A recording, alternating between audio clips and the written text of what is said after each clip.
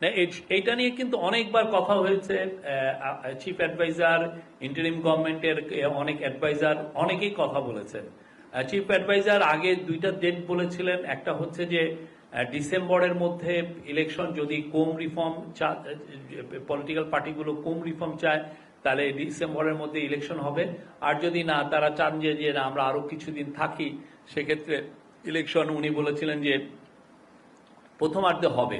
কিন্তু এখানে একটা প্র্যাকটিক্যাল একটা ইস্যু হচ্ছে যে আপনি জানেন যে এপ্রিল মাসের থেকেই কালবৈশাখী এবং ঝড় বৃষ্টির সময় শুরু হয়ে যায়, ফলে এপ্রিলের পরে যখন এপ্রিল পরে জুনে আবার মনসুন শুরু হয়ে যায়, তো ফলে ওই 3টা মাস আসলে ইলেকশনের জন্য অতটা উপযোগী না। তো সেই জন্য আমাদের ধারণা সেটা হচ্ছে যে ইলেকশন ইদার ডিসেম্বরের মধ্যে হবে, নতুবা ম্যাক্সিমাম মার্চের মধ্যে।